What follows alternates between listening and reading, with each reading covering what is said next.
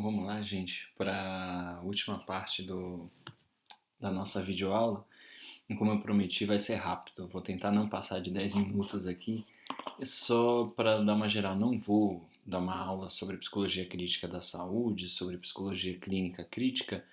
Só fazer um resumão mesmo de algumas coisas que eu achei interessantes no manual de psicologia social crítica, tá? Então, vamos lá, direto ao assunto. A psicologia crítica da saúde, então, é um campo que se constitui de forma interdisciplinar, né? É uma psicologia que leva em conta a sociologia da medicina, a antropologia da medicina, a economia da medicina, ou seja, entender como o campo da saúde e da medicina se instituem como relações de poder, né, e buscar construir algo diferenciado. Alguns dos objetivos, né, da psicologia crítica da saúde são a promoção e a manutenção da saúde, o que é bem raro a gente trabalhar, né? Em geral a gente trabalha já com pessoas que procuram com algum sofrimento, né? A prevenção e tratamento da doença, e isso eu acho bem bacana e tem a ver com o que a gente vinha conversando, o aperfeiçoamento do sistema de saúde e construção de políticas de saúde, né? O, o que eles criticam, né, na psicologia da saúde mais tradicional? O foco no indivíduo, que está muito vinculado à ideologia neoliberal, né? Ou seja, diversos problemas sociais, diversos problemas como desemprego, como péssimas condições de vida mesmo, né? De pouco acesso aos direitos, acabam sendo ignorados quando a gente foca no indivíduo, né? E quando a gente entende que a saúde é só uma responsabilidade do indivíduo. Então a gente tende a achar que a pessoa está deprimida é um problema dela, que a pessoa está obesa é um problema dela, né? Como se o nosso serviço de saúde conseguisse respeitar minimamente as suas questões básicas, né? Então, o que eles colocam, ainda que a psicologia da saúde use a terminologia biopsicossocial, né, como a gente já vinha conversando, isso é usado só como uma retórica, né? A gente tem pouco contato efetivamente com a profundidade do conceito. E aí então eles falam, né, no livro, no capítulo, de vários estudos que mostram como as relações de poder acabam gerando um diferente acesso à saúde ou mesmo uma diferente abordagem dos grupos que vão ter acesso à saúde, né? Então, por exemplo, a discussão sobre a saúde das pessoas negras é essencial, né?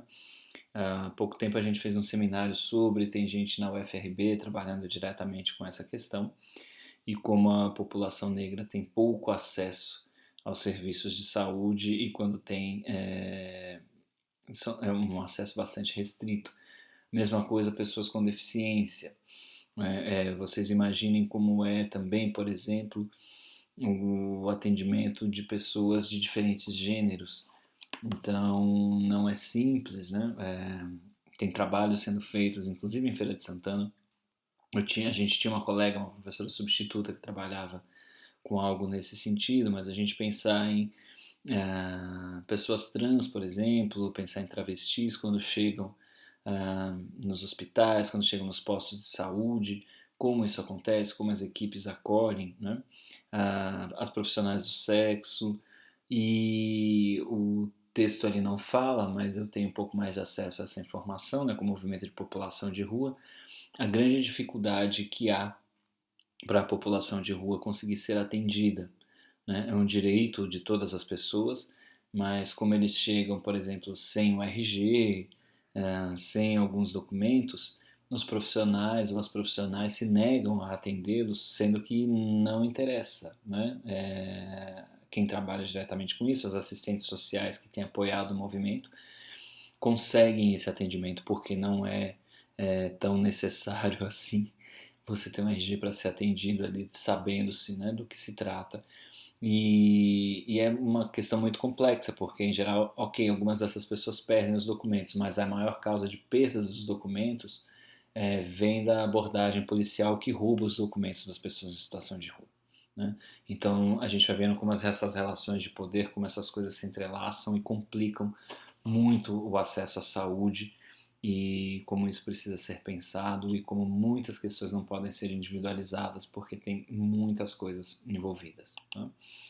Então, eles tentam fazer uma abordagem com base no construcionismo, mas criticam os dois textos, tanto o sobre psicologia da saúde como sobre psicologia clínica, adotam o construcionismo, mas de forma crítica, dizendo que há um exagero de abordagem da linguagem e que existem corpos, existem condições concretas, né, que precisam ser também levadas em consideração e transformadas.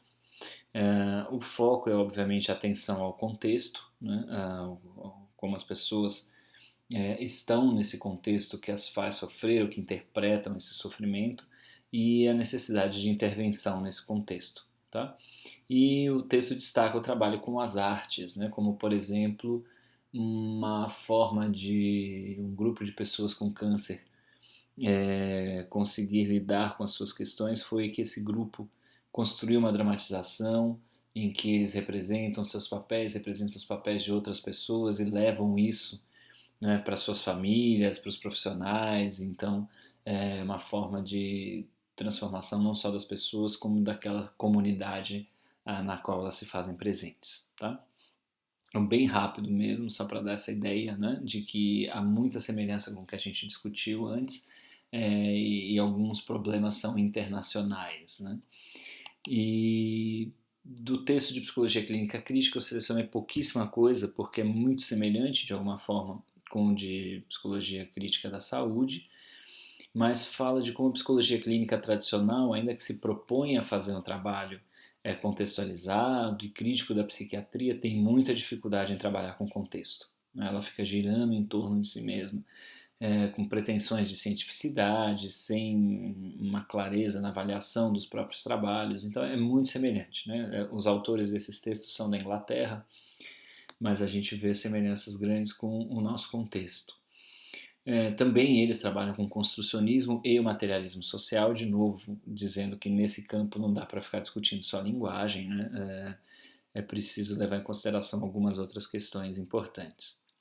Então, um destaque para os trabalhos com grupos, ou seja, ainda no trabalho individual, eles tentam chamar a atenção para essas questões de contexto, de relações de poder, de dificuldades que as pessoas podem ter por estar desempregadas, por passarem por situações de humilhação, e tudo isso deveria estar envolvido, e eles propõem que os profissionais da psicologia ou as profissionais da psicologia tentem ajudar as pessoas nesse sentido. Né? Uma pessoa sem moradia, por exemplo. Né? Eles vão dizer assim, a gente tem limites, a gente não tem como ir lá construir casas ou trabalhar diretamente com políticas habitacionais.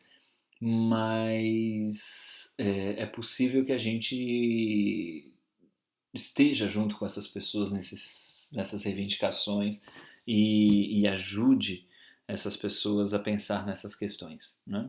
Então, essa é uma das pautas, por exemplo, do movimento de população de rua, e a gente tem feito rodas de conversa com tentativa de sensibilizar a comunidade e profissionais em formação. Né? A gente faz na UFES, mas há a possibilidade de que isso aconteça em outros campos. Tá?